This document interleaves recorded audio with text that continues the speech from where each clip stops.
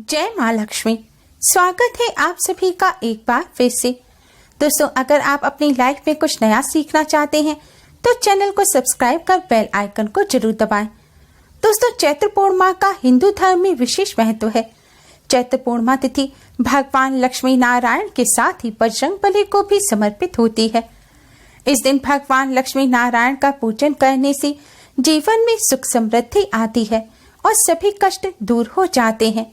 इस बार चैत्र पूर्णिमा तिथि को लेकर कंफ्यूजन बना हुआ है, क्योंकि इस बार यह तिथि 5 अप्रैल की सुबह 9:19 पर शुरू होगी और 6 अप्रैल की सुबह 10:04 पर समाप्त होगी। इसलिए चैत्र पूर्णिमा दोनों ही दिन मनाई जाएगी। चैत्र पूर्णिमा का व्रत 5 अप्रैल को रखना अधिक शुभ रहेगा, क्योंकि 5 अप्रैल की रात्रि को पूर्णिमा का चांद देखा जा सकेगा। इसलिए रात्रि में 5 अप्रैल को ही चंद्रदेव का पूजन करना शुभ होगा। जबकि 6 अप्रैल को सूर्य उदय के समय पूर्णिमा तिथि होने की वजह से हनुमान जन्मोत्सव इस बार 6 अप्रैल को मनाया जाएगा और पूर्णिमा का स्नान भी 6 अप्रैल को ही किया जाएगा। दोस्तों, इस बार चैत्र पूर्णिमा और हनुमान जन्मोत्सव 6 अप्रैल दिन गुरुवार को है। पूर्णिमा तिथि भगवान लक्ष्मी नारायण को समर्पित है और गुरुवार का दिन भी भगवान लक्ष्मी नारायण को समर्पित होता है। इसलिए इस बार की चैत्र पूर्णिमा और भी ज्यादा खास हो गई है। इस दिन भगवान लक्ष्मी नारायण के साथ ही बजरंगबली का भी आशीर्वाद प्राप्त करने के लिए तुलसी जी का पूजन अवश्य ही करें। शास्त्रों के अनुसार चैत्र पूर्णिमा के दिन ही रुद्रावतार बजरंगबली का जन्म हुआ था। इसलिए इस दिन बजरंगबली का जन्मोत्सव मनाया जाता है। कहते हैं जिसे इस दिन बजरंगबली की कृपा प्राप्त हो जाती है। बजरंगबली की कृपा से उस व्यक्ति के जीवन के सभी कष्ट और संकट दूर हो जाते हैं। बजरंगबली मनचाहा वरदान देते हैं। दोस्तों, पवन पुत्र हनुमान भगवान श्री राम के परम भक्त हैं। माना जाता है कि बजरंगबली को प्रसन्न करने के लिए भगवान श्री राम का पूजन करना चाहिए।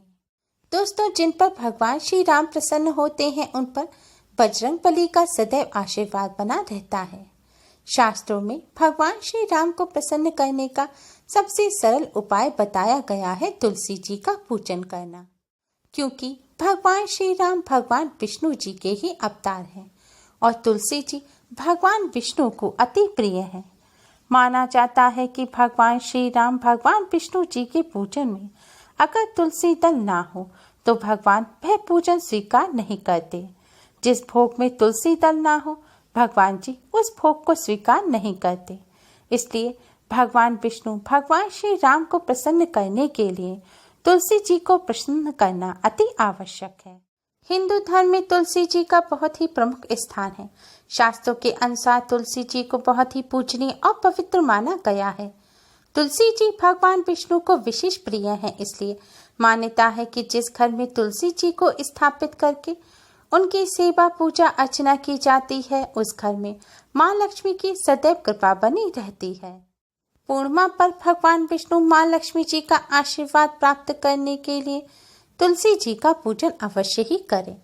तुलसी जी का पूजन करने के लिए स्नान करके स्वच्छ वस्त्र धारण करें। अब एक लोटे में आप शुद्ध जल लें। अगर आपके यहाँ गंगा जल या किसी तीर्थ का जल है तो वह जल आप लोटे के जल में अवश्य ही डाल लें।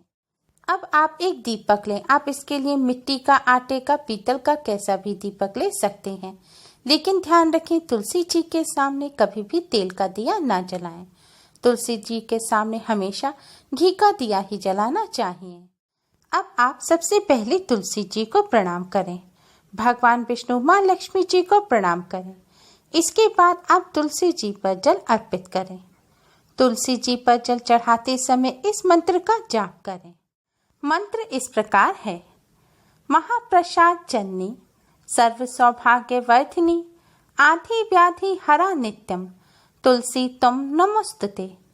महाप्रसाद जननी, सर्व सौभाग्य वर्धिनी, आधि व्याधि हरा नित्यम, तुलसी त्वम नमोस्तुते। तुलसी जी पवित्रता और समृद्धि का प्रतीक है। तुलसी जी को जल चढ़ाते हुए यह विशेष मंत्र बोला जाए तो समृद्धि का वरदान 1000 गुना बढ़ जाता है। रोग, शोक, बीमारी व्याधि आदि से छुटकारा मिलता है। जल चढ़ाने के बाद आप तुलसी जी के सामने एक शुद्ध घी का दिया जलाएं और एक सुगंधित धूप बत्ती जलाएं। ध्यान रखें, आपने तुलसी जी के सामने जो दिया जलाया है उस दिए की बाती या तो आप बिल्कुल सीधी रखें, नहीं तो उसकी लौ आप उत्तर दिशा की तरफ करें। किसी और दिशा की तरफ दिए की लौ नहीं होनी चाहिए। दिया जलाने के बाद अब आप एक चुटकी हल्दी लें और उसे तुलसी जी की जड़ में चढ़ाएं। फिर आप तुलसी माँ को प्रणाम करें, भगवान विष्णु, माँ लक्ष्मी जी को प्रणाम करें। इसके बाद भगवान विष्णु जी के महामंत्र ओम नमो भगवते वासुदेवाय का जाप करते हुए आप क्लॉकवाइज तुलसी जी की 11 परिक्रमा करें। परिक्रमा करते समय भी आप भगवान विष्णु जी के महामंत्र ओम नमो भगवते वासुदेवाय का जाप करते रहें। जब परिक्रमा पूर्ण हो जाए तब आप तुलसी जी के सामने खड़े होकर 11 बार फिर से ओम नमो भगवते वासुदेवाय मंत्र का जाप करें। मंत्र का जाप करने के पश्चात आप तुलसी माँ को प्रणाम करें, भगवान विष्णु, माँ लक्ष्मी जी को भी प्रणाम करें। इसके बाद तुलसी जी भगवान विष्णु, माँ लक्ष्मी जी से अपने सभी कष्ट, दुख, दर्द, तकलीफ, पीड़ा को दूर करने की प्रार्थना करें। घर में सुख समृद्धि की प्रार्थना करें। इस तरह पूजन करने के पश्चात तुलसी जी की जड़ की मिट्टी से आप अपने मस्तक पर तिलक अवश्य ही करें।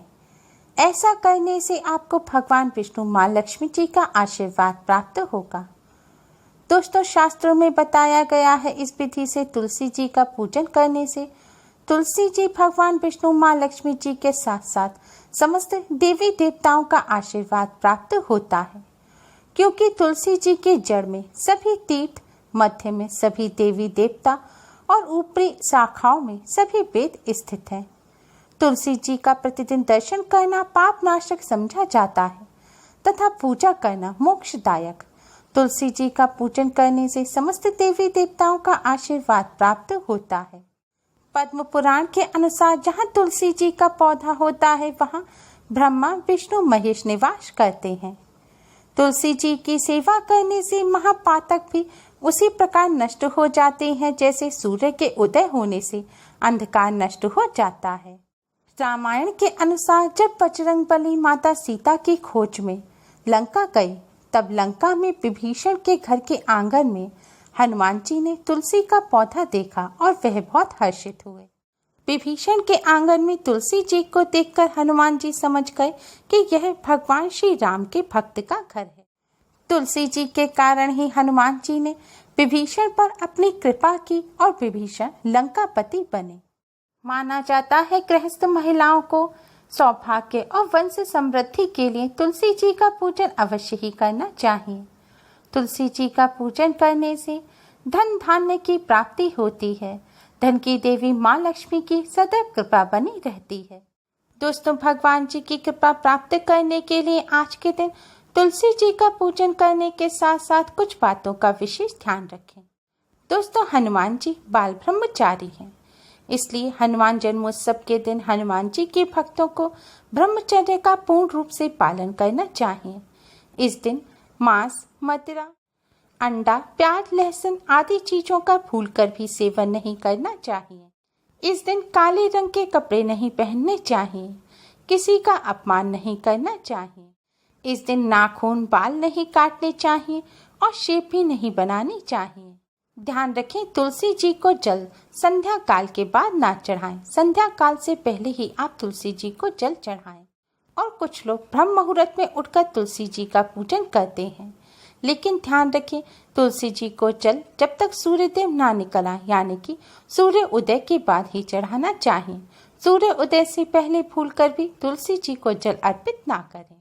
और महिलाएं पीरियड के दौरान तुलसी जी का पूजन ना करें।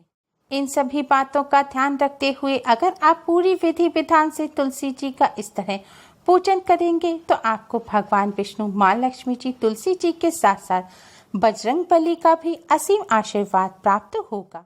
इस तरह तुलसी जी का पूजन करने से धन की देवी माँ लक्ष्मी जी की भी असीम कृपा प्राप्त होती है और धन संबंधी समस्याएं दूर हो जाती हैं।